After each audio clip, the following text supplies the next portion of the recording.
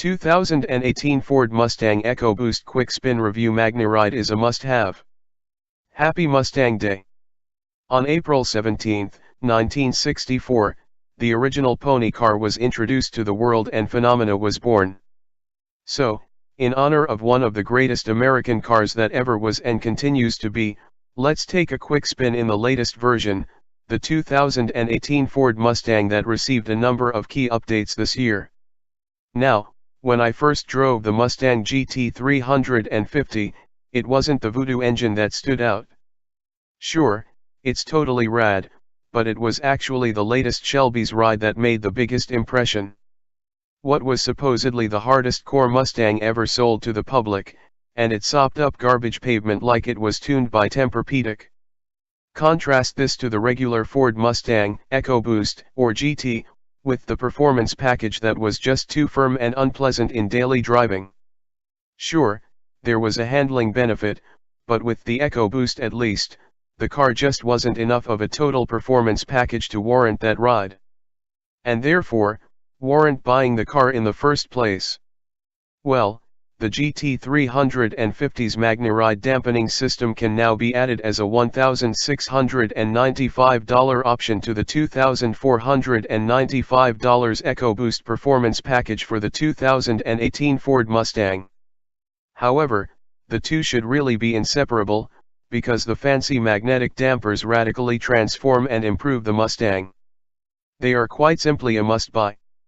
With them, the 2018 Mustang is just so well-rounded, allowing you to tolerably drive to work on Monday, haul ass on a mountain road on Saturday, and make a day trip with the SO on Sunday without them cursing your silly sports car and its rock-hard, teeth-chattering ride. It is with this scenario in mind that pairing the EcoBoost with the performance package actually makes sense. It's not so much a performance choice, but rather a well-rounded sport coupe with an acceptable trade-off made for fuel economy and a lower cost of entry. Now, I would personally still get the 6-speed manual, but I was pleasantly surprised by the new 10-speed automatic. It's indeed tuned to be performance-minded, especially when you slot the shifter in sport or toggle through the various sport settings. Specifically, I'm surprised how often the transmission can stay in 10th, even traveling on hilly terrain, without bogging, droning along at too low RPM, and being delinquent in its power delivery duties in the name of fuel economy. It is quite good at downshifting as needed. Actually, I can't say it does a particularly good job of fuel economy. The engine would certainly seem to be more boost than Eco.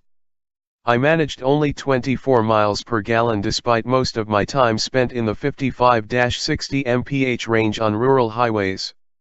There were hills to climb, sure, but I also came down them. My foot is not made of lead and I was expecting better.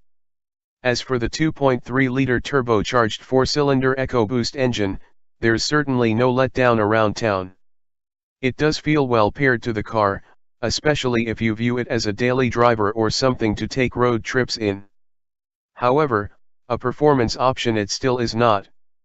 Besides its sound being Exhibit A in the case of automotive cognitive dissonance, Mustang and hot hatch engine growl, there's just not enough oomph there.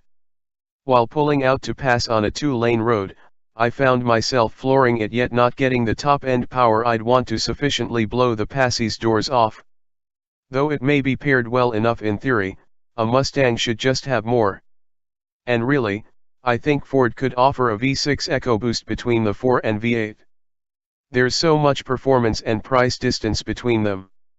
I'm not sure I'd want to live with the V8's fuel bill every day, but the 4-cylinder would leave me wanting for power and I'd forever feel shame for getting a Mustang with half as many cylinders as everyone knows there should be. I was raised to believe a Mustang should have a V8.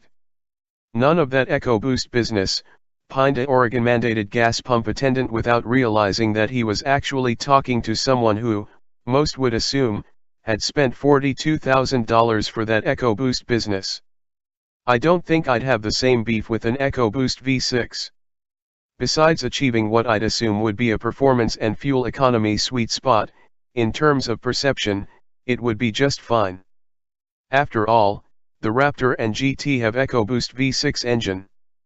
That could make me happily live with having 2 fewer cylinders than my mother's 1970 notchback, especially since it would almost certainly have a higher output. So although I still have doubts about the EcoBoost part, count me as a huge fan of the 2018 Mustang with the MagneRide suspension option. Together they create a great GT car, capable of quickly, comfortably, and stylishly ushering you from A to B while still providing enough zing to get your blood pumping. And really, that's what the Mustang has been about from the very beginning.